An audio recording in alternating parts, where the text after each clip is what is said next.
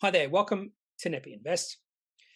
In today's video, I'm going to discuss one of my favorite companies on the ASX right now. So when I describe about favorite companies on the ASX, I take into consideration the current value of the company.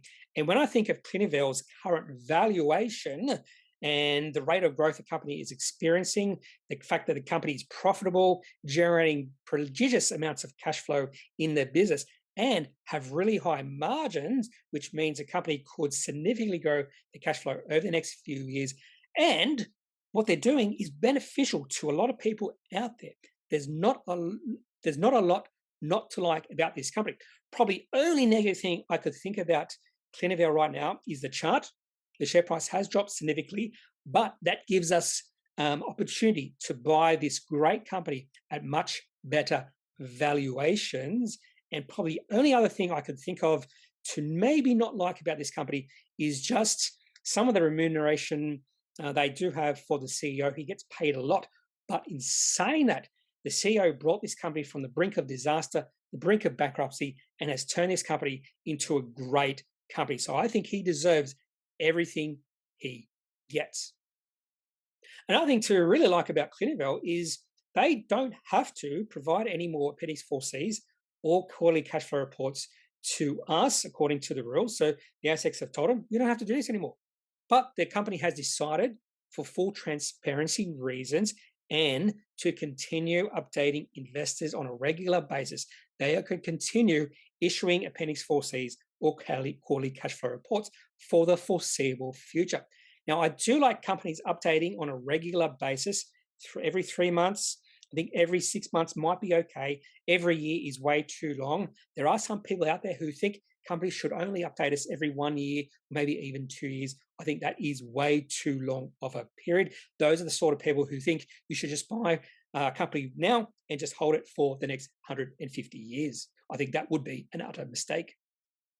So what does Clinuvel do? Well, they actually do have a product called Scenesse, the only product of its type in the world, and it helps people with a condition called, I'm not going to pronounce the word, we'll just call it by its 3 initials, EPP. And people who are suffering from EPP are highly sensitive to light. I think if they go into light, they get boils, they might even die, I don't really know. But not a lot of people are affected by it, but there's a large enough community out there that there needed to be some sort of drug that helps people live with that condition. And that is where Scenesse comes into play. And that's where Clinuvel comes into play. So again, what Clinuvel is doing is helping the world.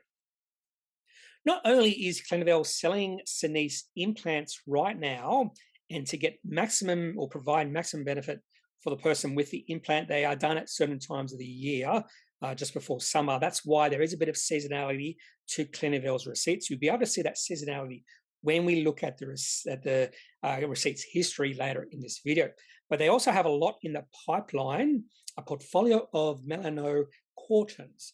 So photoprotective, repigmentation, antioxidant, anti-oncotic, DNA repair, products like Penumbra, which is for stroke, XP, CNS disorders, a product called Neurofacel, which is for acute neurological, endocrinological degenerative disorders, and also CUV 9900, which is for antioxidant DNA repair, and also repigmentation drugs as well in their pipeline. So a lot going on for Clinuvel. So it's just not one product company. And if they have another product, I've even become more confident that this company has a very bright future. Clinuvel has been around for a while, since 1987, and they listed on the ASX in February 2001. And the current CEO, Dr. Philip Volgen, he's been a CEO since 2005. And even though there are some shareholders complaining about the salary he does get, I think if it wasn't for him, this company would not be where they are right now. So he highly deserves what he gets simply because he has turned around this company. Now, 2 of the major shareholders or significant shareholders, depending how to describe it, the Sovereign Fund of Norway and BlackRock both hold about 1% in this company. And whenever you see the Sovereign Fund of Norway and BlackRock hold a position in the company, you should take notice of that company. Potentially the company is doing something right. Now to the market cap. And I'm going to compare the last time I did an Appendix 4C video for Clinuvel, share price was $38.61, giving the market cap of the company at that point in time 1.9 billion.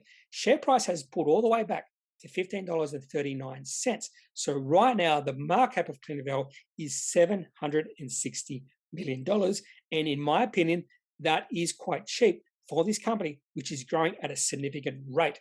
And the ticker code for Clinuvel is CUV.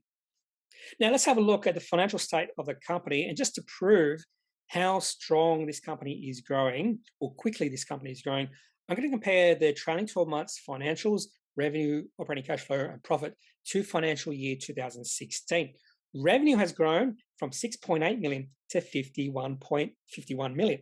Now, you might think, well, that's not a lot of revenue. There's other companies out there with significantly higher revenue than that. But look at their margins. Profit, 24.1 million. Operating cash flow, 27.4 million. So this company doesn't spend a lot of money.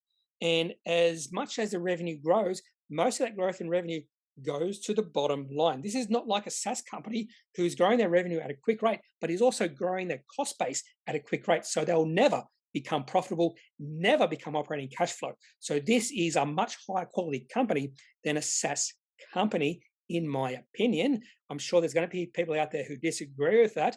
And I'd love to hear your opinions. Why a company with this sort of margins, profit 24 million on revenue of only 51 million. There's a lot of SaaS companies out there who have revenue of 150 million and are still unprofitable. So I'd love to hear about people or hear from people who absolutely disagree with me that this is a higher quality company than those SaaS companies. They grew their cash on hand over the past, I think that's over the past year, from $80 million to now $102 million. So not only does this company have a market cap of about $760 million, they also have $102 million of net cash that is growing at a fairly quick rate. And again, the share price from 2016 has grown significantly. It's quadrupled from $4.30 to $15.40. So even though share price has pulled back over the past 6 to 9 months, I think this company's valuation is now becoming highly attractive. And just look at the PE ratio, only 32 right now for a company growing at a significant rate. The last time I did a video, the PE ratio was 80. So we have seen a bit of multiple contraction over the past 6 to 9 months. And EV to operating cash flow at $15 is only 24, which is not too much for a highly growing company. So a lot of these reasons are why I think this is my favorite one of my favorite companies on the ASX right now. And I will be thinking of adding to my position in this company if the share price falls to about $14. And more than likely, I'll add to my position once we see sentiment shift around in this company. And that shift in sentiment will happen in the future, particularly if they continue growing over the next few quarters, which I do expect they will show us. Now, to really further emphasize how quickly this company is growing, I'm going to compare the last 2 March quarters. Now, the January quarter, the December quarter, and the March quarter is usually their quietest quarters because these implants, these Scenesse implants, are usually done before the summer months because that's when the people who get these implants want to be out in the sunshine. So you will see a peak in receipts, in revenue during the summer months or leading up into the summer months. So during the March quarter, financial year 21, the cash receipts for Clinuvel was 6.5 million, and they were only operating cash flow positive by $2 million. But again, you can just see the high margins in this business. Only receipts of 6.5 million, yet they're operating cash flow positive by $2 million. And because they're operating cash flow positive by $2 million, and more significantly, they don't spend any money. And when I say don't spend any money, I mean they don't spend any money in investing and financing activities. So that operating cash flow all goes to the bottom line, and the company grew their cash on hand from 72.9 million to 74.9 million. Now let's have a look at how Clinuvel performed over the past year by comparing financial year 22 March quarter to the financial year 21. Receipts have grown, and they have not quite doubled, but nearly doubled, up by $5 million from the previous year. But the growth in receipts tells us nothing because we need to know how their spending has grown as well. So let's have a look at the spending. Well, research and development up by about $250,000. Product manufacturing and operating costs up 1.9 million, staff costs up 600,000, administration and corporate costs up by almost zero, which means overall the growth in receipts is greater than the growth in spending. And because of that, the operating cash flow state of this company has actually improved over the past year. And for this particular quarter, the operating cash flow for Clinuvel was $4.1 million. Now, I mentioned in the previous slide that this company doesn't spend much money in investing and financing activities. That was true for this particular quarter, but the cash on hand didn't go by quite as much, didn't grow by $4 million. It only grew by about $3 million, up from 99 to 102 million. And the reason for that discrepancy in the growth in cash compared to the operating cash flow is because of exchange rates. It was not beneficial for Clinuvel. In fact, because of exchange rates, they actually lost $1 million. But that's not really their fault. That's just because of exchange rates. Now let's have a look at the receipts history for Clinuvel. This goes all the way back to when I first started following this company in the June quarter 2013. So I've been following this company for almost 1 decade, and really not much growth in receipts from that June quarter 2013 to about 2016. And then we started to see receipts grow, and they were selling their product. But you'll notice one distinguishing thing about their receipts through time. There is a bit of seasonality. Their best quarters tend to be the June and September quarters, which is the summer months, and the worst quarters tend to be the April or the March and the December quarters, which is the winter months. But you'll notice the last 2 quarters, they received $13.1 million and $11.4 million during their quieter months. So we will see a significant increase in cash receipts over the next few quarters. I would not be surprised to see $20 million hit in maybe not the next quarter, but definitely September quarter. Last September, they received $17.8 million in receipts in that one quarter. So I do think that will be broken this September. I will actually be surprised if they don't receive $20 million receipts in that quarter. So definitely the trend is up for Clinuvel. This is a quickly growing company. Now to the daily chart for Clinuvel, and this goes back almost 1 year ago. Share price was actually going sideways from about May last year to around September, sort of trading in between about $30 and $25. And then there was a lot of hype in this company for a short period of time during September into October. Share price increased from about $28 all the way to a high of $44. And then something happened in October or November last year. Not sure what. The company's not even sure what.